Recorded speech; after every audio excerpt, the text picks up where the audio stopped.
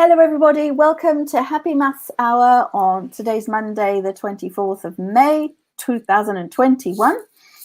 Toni Beardon and myself, we're co-founders of the Global Teacher Empowerment Network, G10. Toni's founder of the Aim Second Aiming High. So all these activities that we're doing, everything that she's like the author of all of this. And so she's going to present Escher, the Maths and Art of Escher, and there's some links in the description for you to follow as well. And Toni, over to you. Say hello to everyone before you just go. Hello, I'm sorry we're rather late. We were having some technical difficulties. So here we go. We're going to be talking, as Caroline says, about Escher. And here he is. You see his picture? Hold on. No, not yet. There, now you got it. Now, I do recommend these two books. I've actually photographed quite a lot of pictures and illustrations from his books. They are both available on many different booksellers. So if you are interested, either one of those are very well worth having. Beautiful pictures in them. Now, Escher, this is actually a second broadcast about Escher.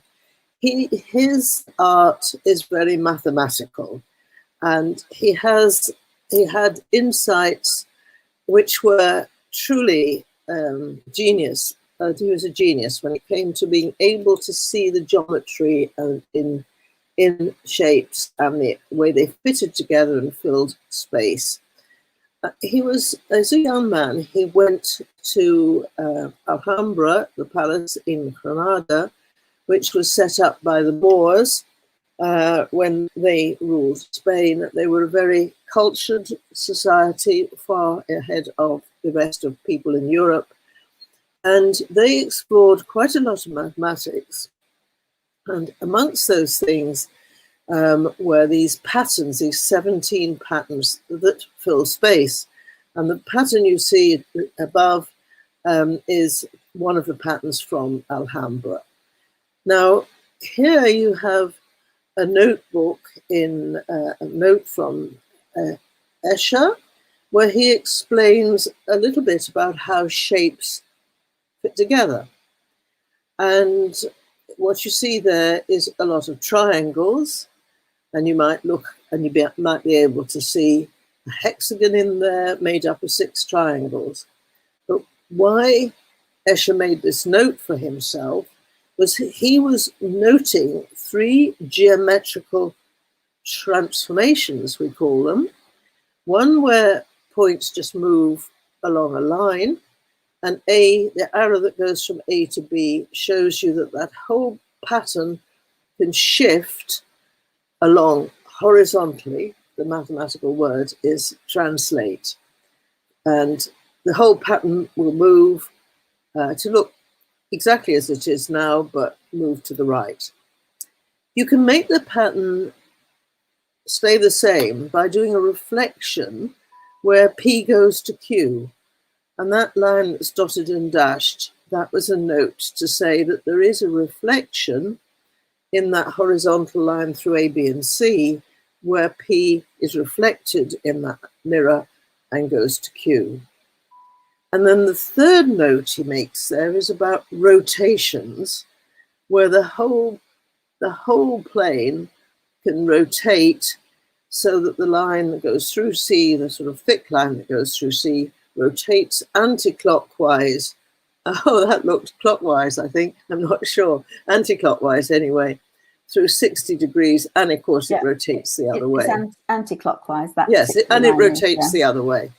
So it could go either way. The gesture I made with my hand. Oh, your hand. Oh, yeah. Was doing the other thing. Yes, yeah. Just use both and say, well, it's going to go one way or the other. No, I was doing it. I understand. I was doing it. Hence, use both, and then you know one of them's right. Never mind.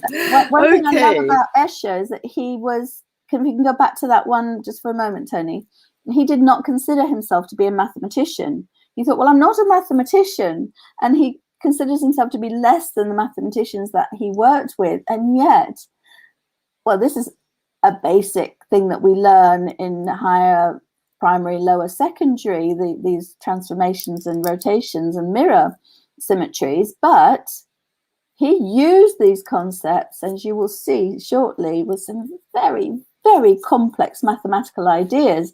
So he had the mind of a mathematician, if not the formal training of one. So what he did was he explored 17 different groups of transformations. And by that I mean, as we've just talked about them, reflections and glide reflections, rotations and translations. And that will copy the plane nature again to look just the same, but to be changed by one of those transformations. And copies of a shape fill the plane. He was very interested in filling the plane with repetitions of the same shape. So here you see black and white birds filling the plane.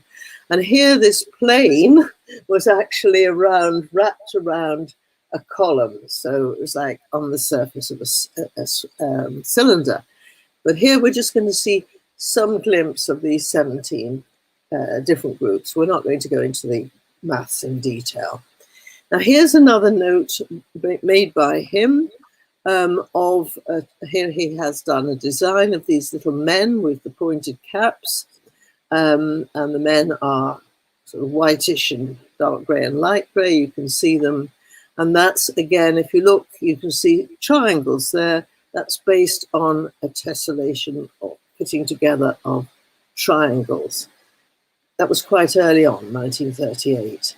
Now this is beautiful. It's called Sun and Moon. Now, when you look at it, you may see the grey birds with the sun behind them. And then if you look again, you may see the white, orange, red birds with the night sky behind them. I think you need to leave this on for a little bit longer, Toni, because it took me a while to spot it.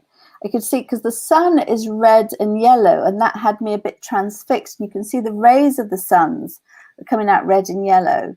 The moon and the not just the moon, it's the night sky is in the grey. So if you look at the colouring of the grey birds, that's where you'll see the moon in the centre, and it's only an eclipse moon. Not eclipse moon. It's what's it called when it's just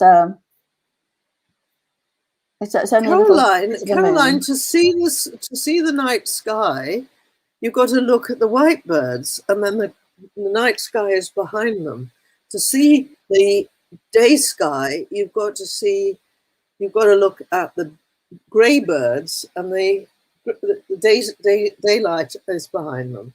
See, that's why I see it the other way around. I actually have to look. Everyone's got their own way of looking at things. So Tony's said one way, I've said another, but I had to look at the grey birds, into the detail of the grey birds, in order to see the night sky. So whichever works for you, but it's there. So have it. But the point is, the grey birds are supposed to be flying in the daytime, and you're not supposed to look at the with the sun behind them, and the white birds are supposed to be flying at night with the night sky behind them. But okay, right, I see your point. but isn't that interesting? Different people see different things. Yeah. Absolutely. Anyway, this was a woodcut, if you're interested in the craft behind it, which means that he carved it with blocks and wooden blocks, and then they were dipped in the colours, and he's using quite a number of different colours there, and printed. It must have been done so precisely for them to fit together as they do, because there are different shaped birds there, and they're all fitting beautifully together. But it's a tessellation. Now here is something you might like to try for yourselves. You can cut out any triangle out of card. Any angles will do.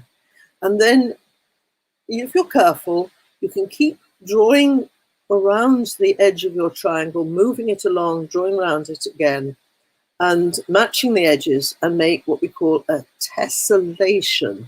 Now, tessellation is where the same shape fits together again and again and covers the flat space, the plane. And you can do that with any triangle. So typical tessellation would be tiles on a floor or tiles on a wall, they tessellate. They completely cover the wall, completely cover the floor. And tessellation is an art in of itself. And Escher just took it to another level, didn't he? Mathematically speaking, there's a difference between tessellation and tiling, but Caroline's quite right. Then you see... But aren't square tiles, don't square tiles tessellate? They do, of course, yes. So I should have specified square tiles. No, no, you shouldn't, Caroline. No. Mathematically, tessellation and tiling are slightly different. And the difference is that tessellation is according to it's according to a pattern which repeats itself. Now, what you described as a tiling is a tessellation, but not all tilings are tessellation. Right, fair enough. There's no problem there. I was imagining plain white tiles, as it were, just covering a wall, and they're all the same shape. They're all squares. So yes, so yes. Be careful, everybody. No, you don't have to know. It's not. Yeah. I just learned something new, which is great. I've learned another new thing today. Yeah.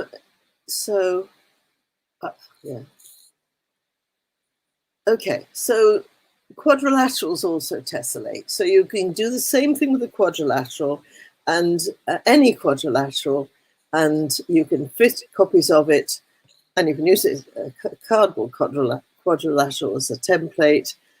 And then this is just the sort of thing, but much, much, much more detailed, that Escher did. By taking your basic shape, let's look at the triangle now, you can take a little bite out of it, okay, and you can make you can add that same shape to the edge on the other side. You take the bite out and you put it back on the other side, and then you have changed your triangle now into a 5-sided shape, but your bite doesn't need to have straight edges. Think of doing a jigsaw puzzle, you know, the standard jigsaw puzzle. That's got a rounded piece, or lots of rounded pieces that stick out, and other rounded pieces into which they fit. And am I right in saying you can do this on the other 2 edges as well? Any edges, and any of the edges. Yes, this boggles my mind, and I even had difficulty, Tony. I knew that squares tessellate, that triangles tessellate, although I was kind of a bit fixated on regular triangles where all the equilateral, where all the edges are the same length, all the angles are the same. I'm like, well, that's obvious, they tessellate. But Tony said, no, any shape triangle. I'm like, really? And then any shape quadrilateral. So where was me after that? I was off cutting out all these bits and different shapes and making them all the same. Of course, once you've cut one out, they've all got to be exactly the same shape. And it's just a matter of how they fit together. It's not whether they fit together. They do. And this then is the next bit that we're going to cover. But it's like, and then you cut the bits out of it and you add the bits in, and as long as they're the same shape, they all tessellate. Blows my mind. And but you see, Caroline, my challenge to people is to look at this slide and take a basic shape like a triangle or a quadrilateral and draw around it. You only need to cut one out of card. Take a piece of paper, keep drawing around that same, use it as a template, keep drawing around it, make your grid, and then start being creative. Can you make a bird? Can you make the wings stick out? And then can you make it so that it will then repeat itself, and the bits that stick out will fit into something that's a little bit of a hollow somewhere else, and you make your design. It'll take quite a lot of experimentation, but if you like this sort of artwork, then there's a challenge for you, and I'm sure you'll come to respect and admire Escher even more for the wonderful designs that he made, because it's not easy to do it. And yeah, don't. And the reason I was going back a step, Toni, is because I found it hard to believe. I mean, I took your word for it, but I had to do it for myself before I But actually saw it for myself. Yeah. yes, Caroline, but the next thing, which I don't want to go into here because we've got lots more pictures to talk about and show, but the next thing with this is you tried it by doing it practically, but then somebody else, or maybe you too, would like to try it by proving it geometrically. Why does it happen? I'm going to leave it there because I want to move on. And here we have another design. Now here, this is actually a design which has got 6 edges, and it's sort of got kinks pushed into it at the side, like a waist from X to Y, okay? And there's the details, which I'm not going to read, and you can read for yourself, which show you how to make that shape, starting with the easy shape, the parallelogram, KLMN, okay? And if you make that shape, you can tessellate with it. So to tessellate copies of this irregular hexagon, you'll need to rotate the shapes about the midpoints of the edges. And all I'm saying is try it. I'm not asking that you can see it now at this minute, but it's there for you. You'll be able to have access to this recording of our show today. And we'll also post the PDF, which will give you all the slides with these things on. So if you're interested, you can try it for yourselves. Now here you see some more tilings of hexagons. And so we're using color here. They're all hexagons, but there's 3 patterns and each pattern has a different shaped hexagon. And we're asking here, what's the smallest shape that repeats itself just by translations to fill the plane? Not by rotations, not by reflections, but just pushing the thing along and moving it to the next thing, the copy of itself. Yeah. Now, the one on the left, the reason we've got 4 colors there is that if you focus on, start at the top left-hand corner, if you like, and you focus on the green, yellow, pink, and mauve copies of that shape, it's all the same shape, but if you focus on those 4 copies, then you see you can move one green one along to the next one, and then that will take with it the yellow one and the pink one and the mauve one. And you can do that by moving it down as well. So when you count round that shape, which is made up of 4 hexagons, you'll see it's got 14 edges. And you can use that to tessellate or tile the plane. And here the same thing applies. And here we've got, oh, by the way, the reason it's called periodic means that you can do it over and over and over again. We've only shown you a few copies here, but you could go on forever out and as far as you like and use it as wallpaper to cover your whole wall. I'm not sure I'd want to see that on the wall every day, but there you are. These are called wallpaper patterns, by the way. The one in the middle has only got 2, so actually, if you take the pair, the green and mauve pair, you can move them down, or you can move them across, and you see it keeps repeating itself.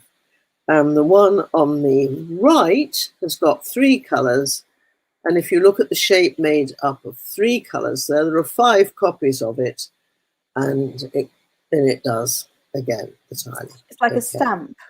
Yes, yes. You can see where you could the stamp that repeats itself, find the basic form, and that's your stamp. And yes, and you've seen these sorts of patterns in many places. They're commonly called wallpaper patterns by mathematicians, but you've seen them on fabrics, on curtains, on dress materials, as well as wallpaper. You've seen them, as Caroline mentioned, as tiles on the patio, on the floor, on bathroom walls. Many, many places you'll see these repeating patterns. Okay, so you'll see amongst our pictures we're showing, Escher's pictures we're showing, you'll see more of these tessellations. But he explored other mathematical ideas. He explored the idea of spirals here, and spirals on a flat plane, like the red and brown fishes there, but also spirals that went round and round around the edge of a donut shape. You can't see the whole shape on okay, the we're only seeing. No, wait a minute. Maybe no. It's all right. It was me. I was looking at a lagged picture. Keep going. Thank you. And I like the one on the right. That one, the spirals go round and twist round in a ring, but as you go round, the ring gets bigger. That's fascinating, isn't it? It's as I said, he had the mind of a mathematician, if not the training of one. It absolutely mind-boggling. But it's, you know, they're beautiful to look at too. And now, this one is one of my favorites, because these are all shapes that I work with balloons. So I love this one. Now, these are called the Platonic Solids. Okay, and there you see the 5 shapes that are sketched down the middle. They were discussed by the Greeks, and it was Plato's name has been attached to them. And as Caroline does a lovely entertainment where she makes these out of balloons. But Escher has played with these shapes, and he's made this is from his notebook on the left there, where he's written in the names of these shapes, so you can read them there. And and here on the right, you've got this cube octahedron, and these funny creatures inside it. And their tails wrapped around the edges of it. Isn't it amazing? Well, that's not a cube octahedron, Tony, but I think it is. Okay, it is. Right. We'll have a discussion later, not right now. A cube octahedron has, you can see the squares there. What I see is 2 octahedra inside each other. It's a two octahedron rather than a cube octahedron. That's exactly what you see, yes. And if you see it's up on the left-hand side, just under the bubbly mass, it's labelled there, Caroline. And that's the solid one, and the right-hand one where the beasties are is in just a skeleton. Oh, it's a 3 octahedra then. There's 3 of them. Now we're going on to his exploration of 2 and 3 dimensions. And this is a very famous one where you see probably they're his hands sketching his arm, which is now dissolved into the paper. So you've got the flat piece of paper with the hands coming out. Of course, it's all flat. But and yet the flat piece of paper doesn't even look flat. The flat piece of paper looks as though it's had to stick the piece of paper down with tacks because it's coming away from the desk. It's absolutely incredible. Now look at these. These are amazing. So in this one on the left, which is called Encounter, the encounters are between sort of little men and little black beastie things with big noses, okay? And they've come out of the picture behind, and which is flat. It's flat at the back. And like they've come out and look pretty solid in the front. I mean, that's just amazing. He called it Encounter. And the one on the right is even more amazing. And they show you how he was exploring mathematics. So he's got these reptiles, lizards or crocodiles. They don't look fierce like crocodiles. Anyway, they're flat on the page of the book. And then they're crawling out of the page, crawling up over the book. And then there's a ramp, which is a trapezium shape, onto the solid shape, which is a dodecahedron, and over into that sort of cup, and then down and slithering down back into the flat page again. Isn't that I've just noticed it's like a wingless dragon, because one of them's actually blowing smoke or steam out of its nose right at the top there. I don't even notice so he that. is. So he is. And they're fantasy creatures. and he's the cactus is sort of a ball there, a sphere, not quite, but more or less. He's also put two cylinders in the front with the bottle and the glass there.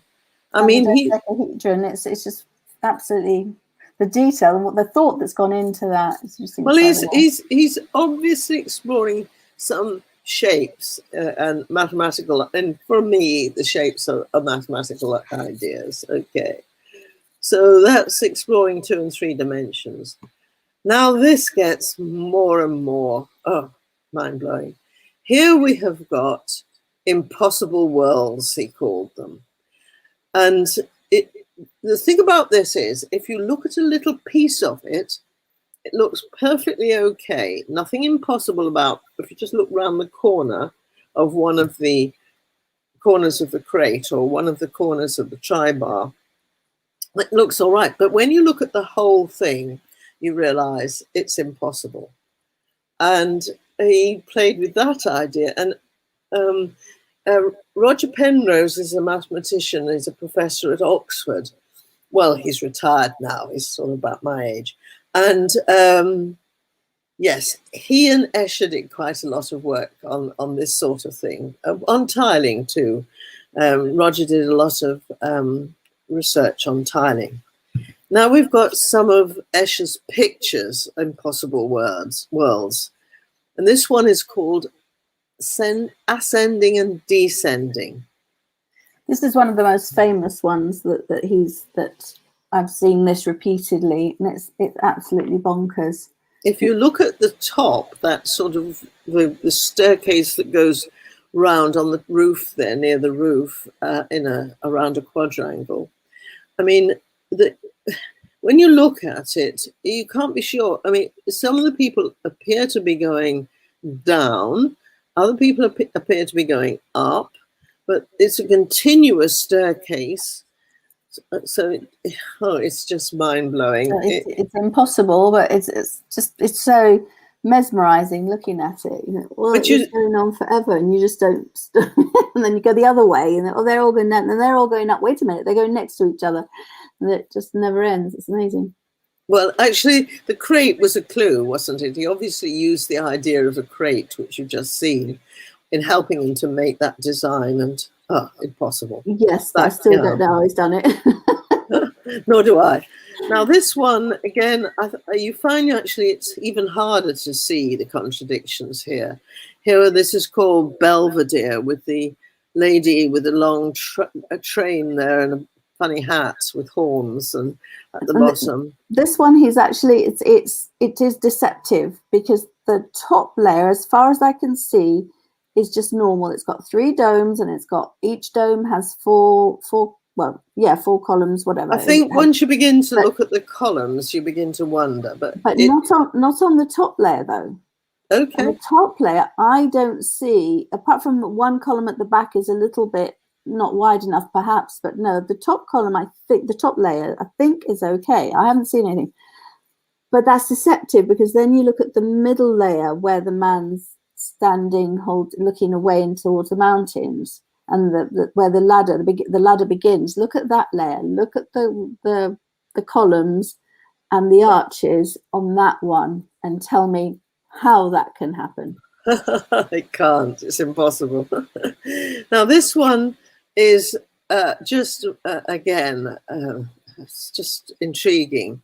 You have 2 versions of the woman looking out the window and the man on the staircase looking up at her, but in the picture they appear to be drawn looking at different angles.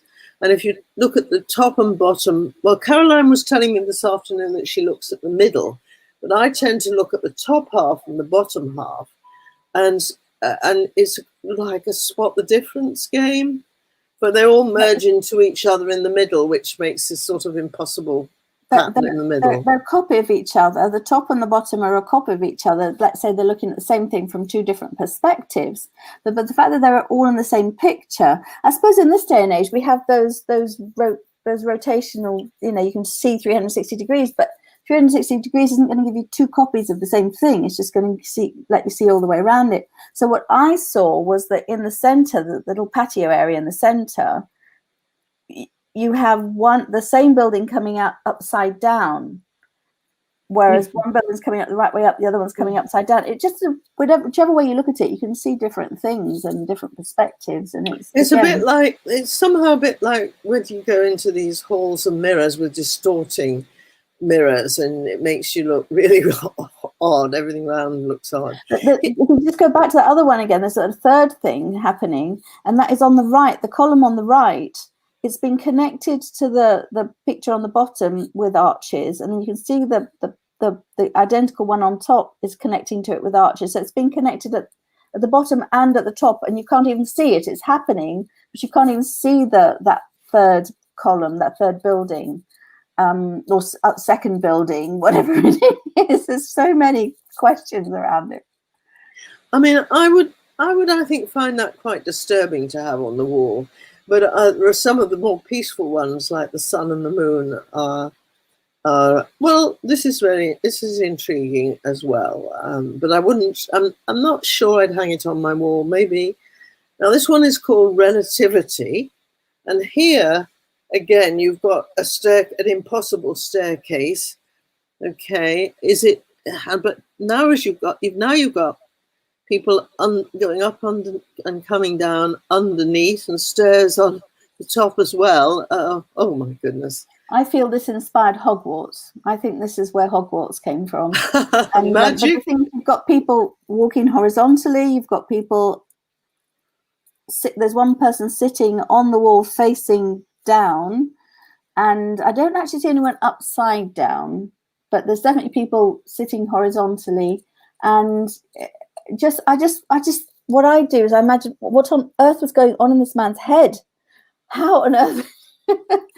He's been deliberately perverse. He's actually seeing how crazy he can make it, because he's making an impossible world. Yeah, no, it's amazing. I mean, in this world, you've got floors which people are walking on, which are actually walls, and walls which are floors. Oh, it's crazy. And they are actually walls as well as floors. Yeah, it's beautiful.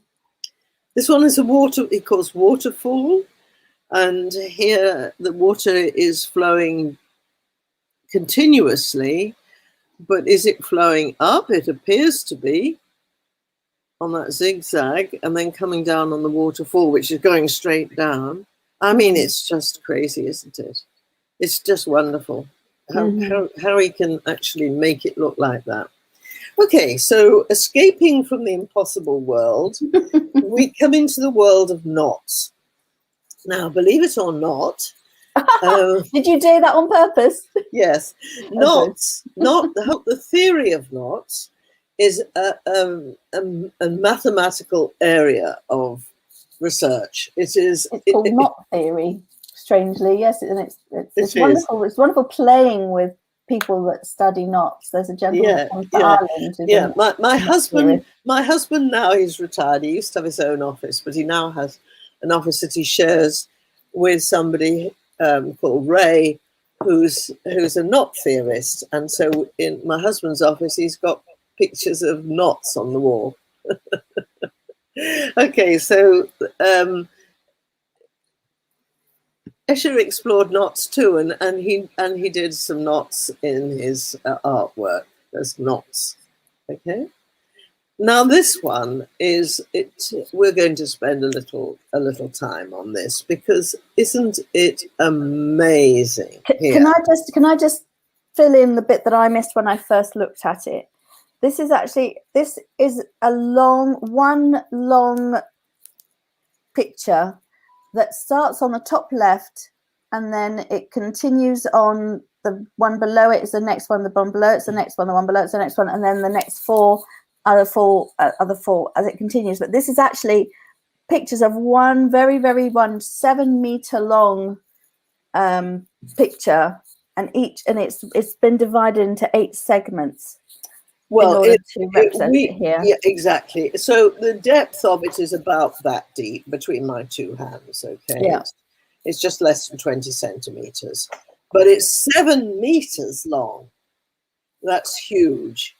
And here you'll see you sort of read it like a book, really. So as you read along the top piece where you've got the word metamorphose in grey, it becomes pretty much a regular checker pattern, which then becomes a little bit wobbly and into a beehive pattern. And you actually see some small bees there, but they're pretty vague, and some more later on.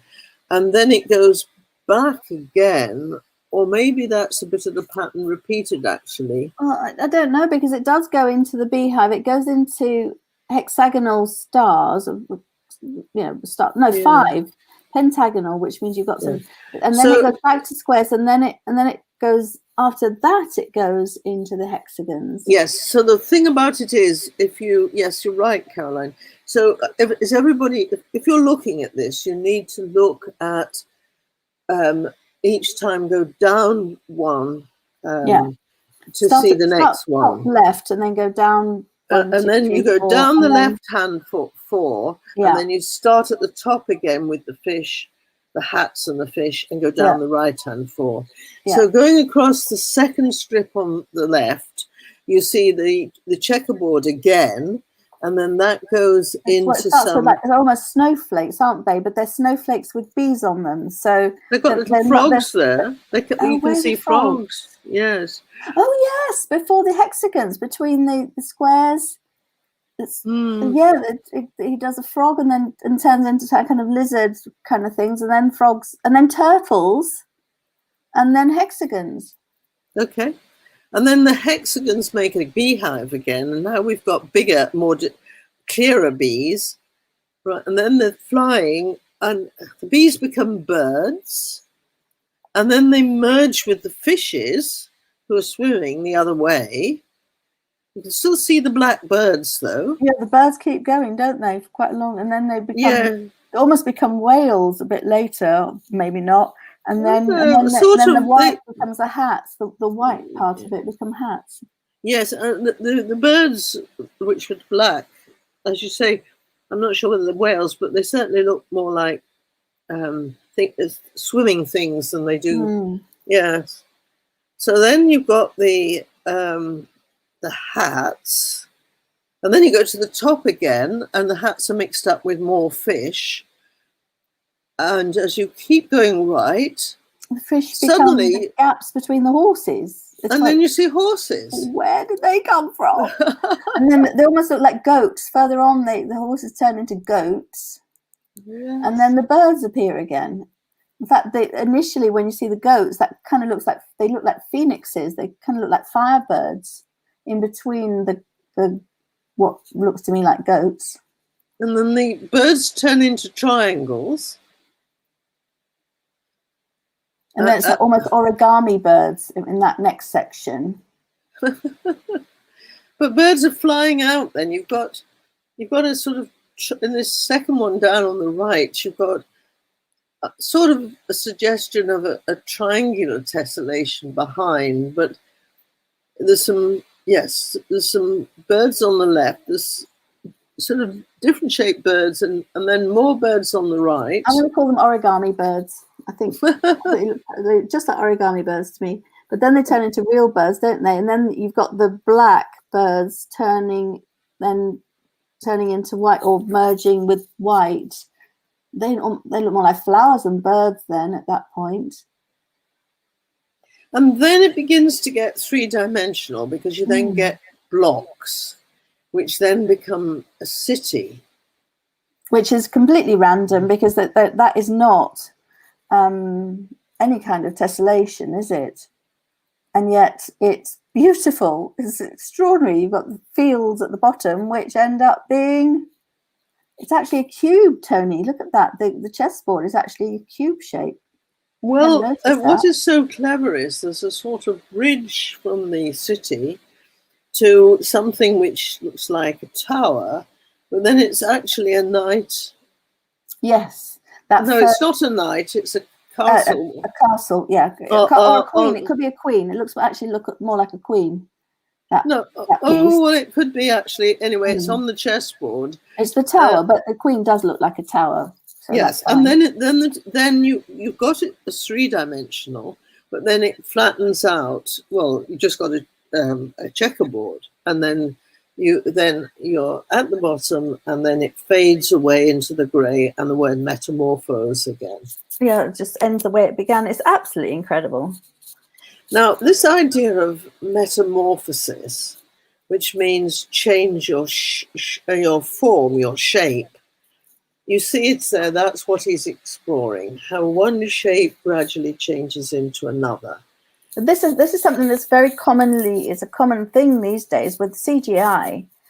Morphing happens all the time with cartoons these days, and even with real life characters, because using CGI, actors can be transformed into something completely different using computer graphics, but it's the same principle. They're morphing, and it's exactly the same principle but Escher had to do it with pen and ruler and paper, and look at what he did without any computers at all. But if you get somebody in an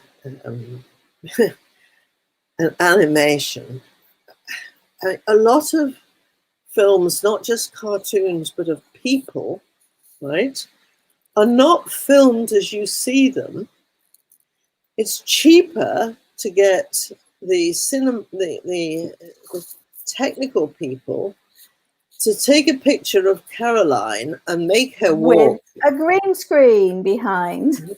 I don't know, but the point is, if you were a film star who charged, it might be cheaper to make the software actually make you walk rather than having you all day walking around doing the things. You would be an actor on the stage, but at times, especially, at times the software engineers create the moving pictures by making a series of small changes, morphing the picture so it looks as if the person or whatever it is, the vehicle or whatever it is actually moving.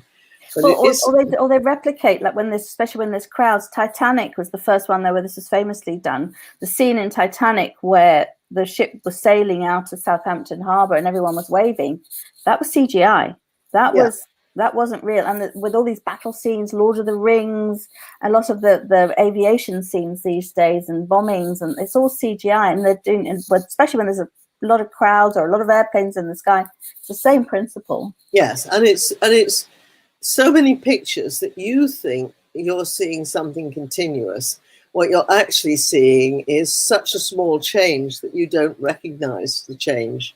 And what Escher is showing you here is actually you can see the change, but he's not putting all the many stages in between.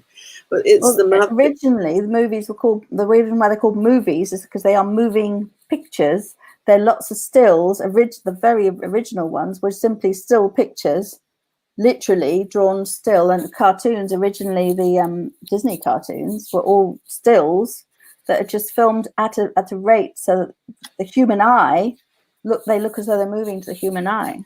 So the mathematician studies this, or it's very mathematical programming, the CGI. That's really what I'm trying to say.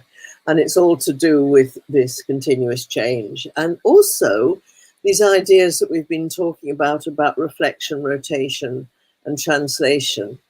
Those groups of transformations are all built into the computer program that is used to make these films. I mean, it's all there's a lot of mathematics in it.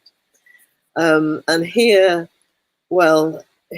you can see, I'm not sure whether he was he thought of films and animation in films, but he was certainly thinking of an artwork to put on the wall to explore these ideas. She was thinking of that.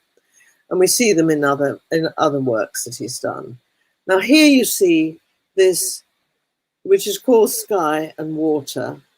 And here you see the grey birds at the top, or blackish grey birds, right? And as you go down, they get darker and they then merge into the dark water at the bottom. And as you look at, if you start looking at the fish at the bottom, which is distinctly a fish, and go up looking at the fishes change and then they lose their shape, and at the top they've become the sky. And there you have the metamorphosis of the fish into the sky and the birds into the water. Those are clearly geese. I'm very happy to actually see a bird I recognize. There's a geese. The top one is anyway. But the thing, it's nice because he's chosen both geese. Well, I don't know, fish don't do it quite so much, but geese do fly in that triangular formation. So it's really nice that he's used geese, because that is a very natural form for them. There's Metamorphosis again. Now the next one, there's this whole idea of Mobius bands. We use this with children just to begin to get them to think a bit about an area of mathematics that's called topology, but this is just baby stuff, really, to take the Mobius band. But what Escher has done with this Mobius band, he's actually merged it in the middle, where he's done this tessellation of horsemen, the grey horseman and the orange-red horseman fitting together. And he's actually, again, he's exploring the flat 2 dimensions and the coming out into 3 dimensions. So in the middle, he's flattened it, and then, although it's all 2-dimensional, of course, but he's very cleverly suggested the 3 dimensions, because you need 3 dimensions for the Mobius band.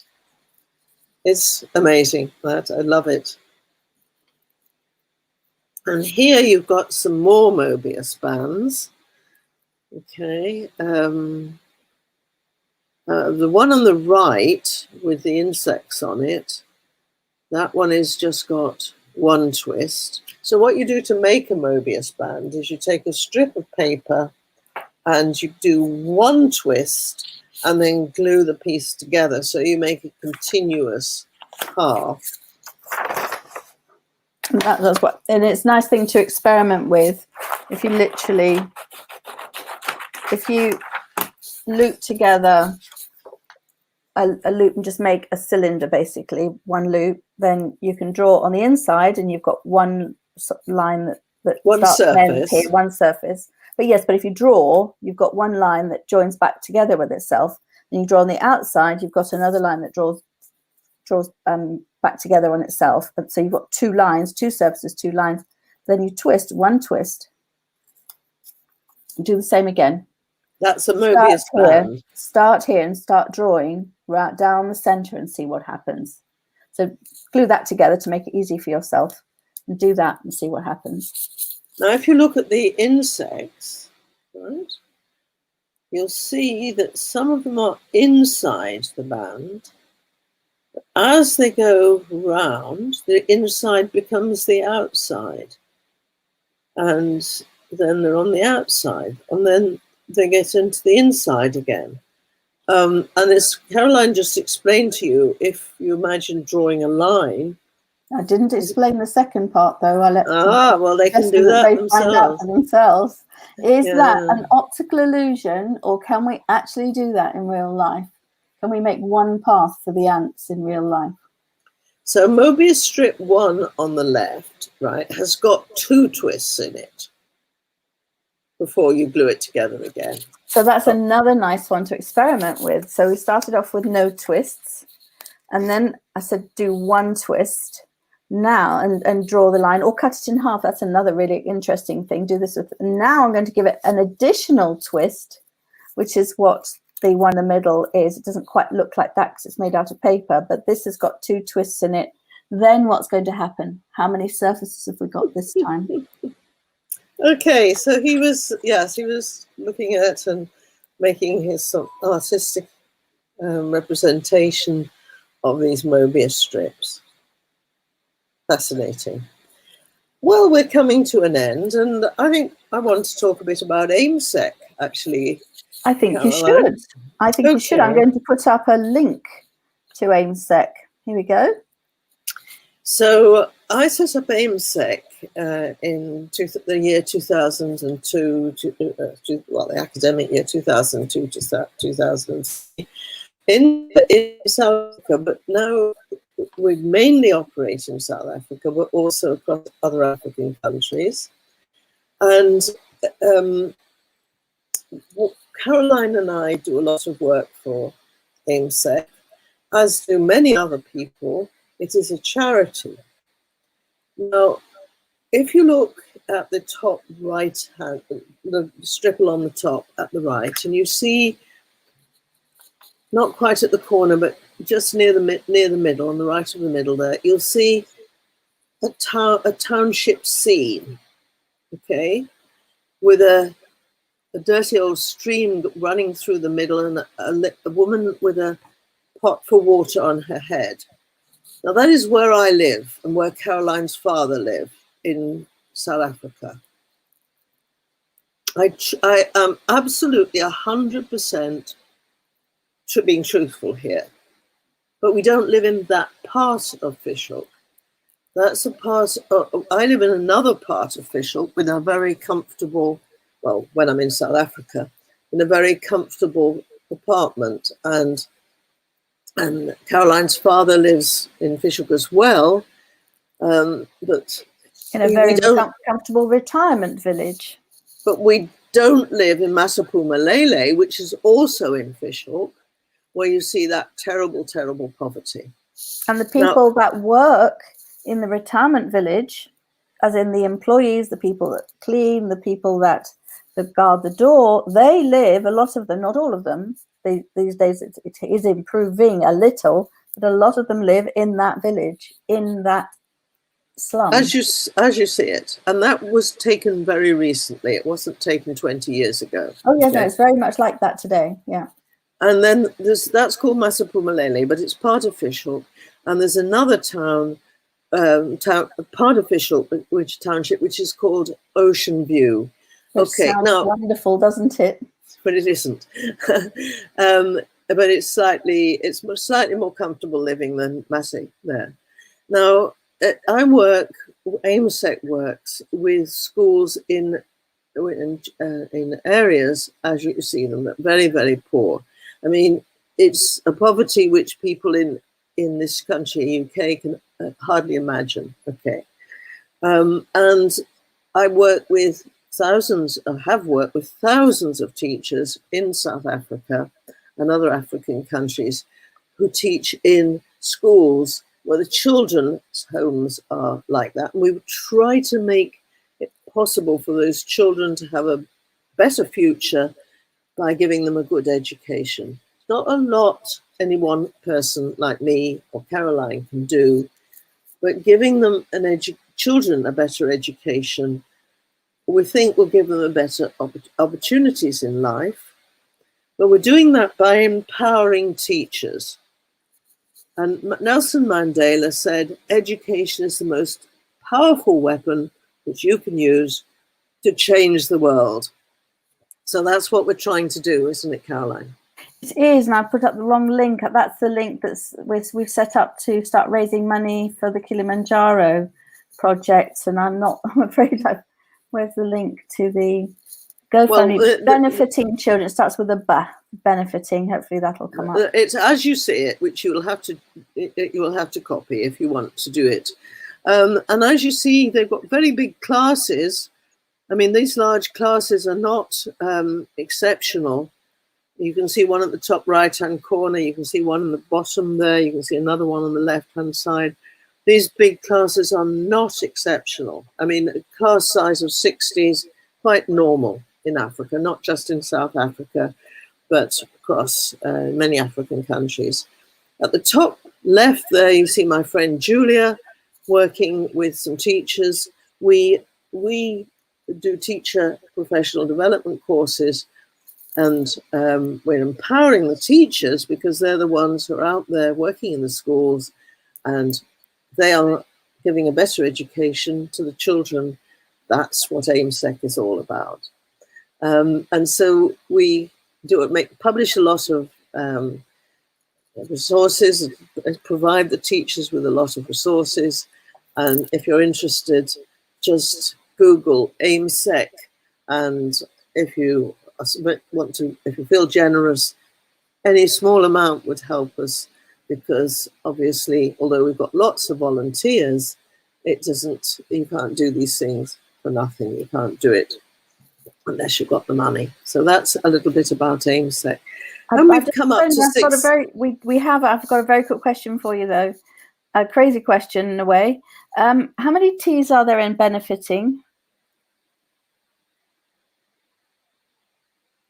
Should there be two?